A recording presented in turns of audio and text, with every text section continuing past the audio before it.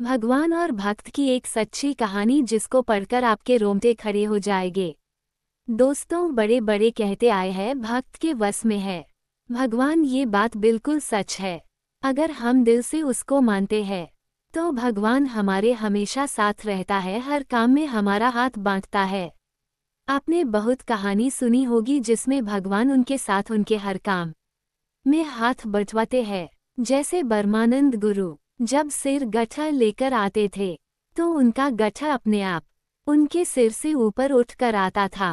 उसी प्रकार कृष्ण भक्त जनाभाई जब घर का काम करती थी और काम करते समय भगवान के भजन करती थी तो जब वह थक जाती थी तो उसका आधा काम खुद भगवान करते थे। इसी तरह नरसी भक्त की बेटी का भात भगवान खुद आकर भरते हैं।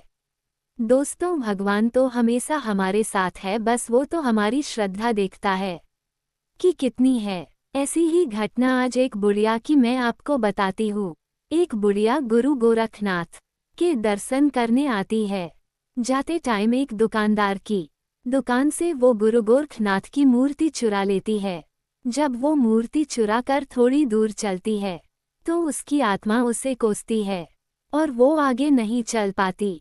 वो वापस दुकानदार के पास जाती है और कहती है, बेटा मुझे माफ़ कर दो, मैंने तेरी दुकान से ये मूर्ति चुरा ली थी, मुझे कोई भी सजा दो पर मुझे माफ़ कर दो। दुकानदार कहता है, तुम मेरी माँ के समान हो, मैं तुम्हें क्या सजा दे सकता हूँ। सजा देने वाले तो गुरु महाराज है।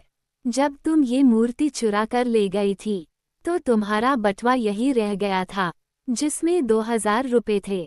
उसकी कृपा हो तो कोई किसी का कुछ नहीं बिगा सकता। उसके बाद बूढ़ी माँ कहती है, मैं ये पैसे तुझसे नहीं लूँगी, ये पैसे तेरे हैं। मुझे आज मेरे गुरुजी मिल गए हैं। वो बहुत खुश होती है और घर चली जाती है।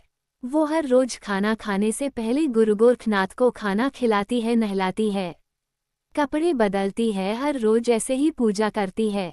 एक दिन वो बीमार हो जाती है और अपनी बहू को गुरु की सेवा करने को कहती है। उसके बाद उसकी बहू के हाथ से मूर्ति छूट जाती है तो बूढ़ी माँ रोने लगती है और जिद करने लगती है, डॉक्टर को बुलाकर लेकर आओ, गुरु को चोट लग गई है।